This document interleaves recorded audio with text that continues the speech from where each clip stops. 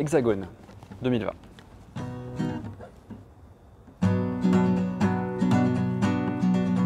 On s'embrassait au mois de janvier, sans se préoccuper des distances. Parfois même on allait danser, ça paraît dingue quand on y pense. Notre principale problématique, t'imagines que c'était alors le réchauffement climatique. J'en rigole encore. En février, petit coup de mou, y a le virus chez nos voisins. Il passera pas par chez nous, promis, parole d'Agnès Buzyn. Elle nous refait le coup de Tchernobyl et puis elle s'en va en loose day dans la course pour l'hôtel de ville, vu que Griveaux s'est fait griller.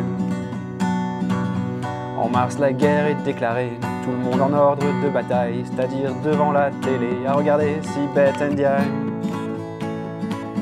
On ferme les frontières brutalement, Marine Le Pen est toute réjouie, comme quoi dès qu'il n'y a plus de migrants, ah oui, ça va mieux dans le pays.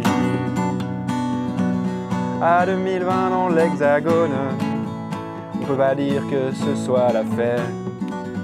Il est loin le temps des gilets jaunes et des manifs pour les retraites. On nous a dit au mois d'avril, à la télé, dans les journaux, de rester à notre domicile, qu'on pourrait ressortir bientôt, peut-être. Ensemble on va sauver la France, devant Netflix c'est notre destin, chacun sa visioconférence et sa recette de tarte tatin. Au mois de mai, waouh, on est dehors, fini de jouer les troglodytes. C'est pas plus de 100 km d'abord, faudrait pas y aller trop vite. Pendant que la culture est à genoux, pas besoin de tigre à enfourcher, de Villiers réouvre le Puy du Fou d'un petit texto à l'Élysée. Un peu déçu par le mois de juin, à peine quelques féminicides, et puis des policiers ricains qui tuent des noirs, bref la routine. Petite canicule au milieu, ça fait toujours plaisir, t'as vu. S'il restait encore 2 ou 3 vieux, voilà le problème résolu. À 2020 dans l'Hexagone, y'a de quoi te refiler des cheveux blancs. Et si vous trouvez que j'ai l'air en forme, dites-vous qu'en vrai j'ai 14 ans. Juillet c'est le grand remaniement, Édouard Philippe est trop populaire. On va mettre un gars moins gênant qui fera pas l'ombre à Jupiter. Sa préoccupation première, c'est de relever le PIB, la croissance et Bruno Le Maire, c'est leur seule gloire à cet arrêt. On s'est presque fait chier au mois d'août, rien d'anormal à déclarer, une vague explosion à Beyrouth et une défaite du PSG. Pendant que de Biarritz au Cap d'Agde, on troque le masque pour des tubas en surfant sur la deuxième vague. Quoi? Un virus? Je m'en souviens pas.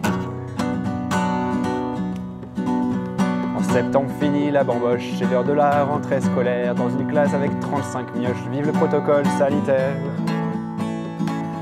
Pendant qu'à l'hôpital on jure de ne pas pouvoir donner plus d'argent, alors on propose un Ségur parce que ça sonnait bien. À 2020 dans l'Hexagone, c'est le monde d'avant mais en plus pire. Remets-moi un verre de Côte du Rhône, il nous reste encore 3 mois à tenir.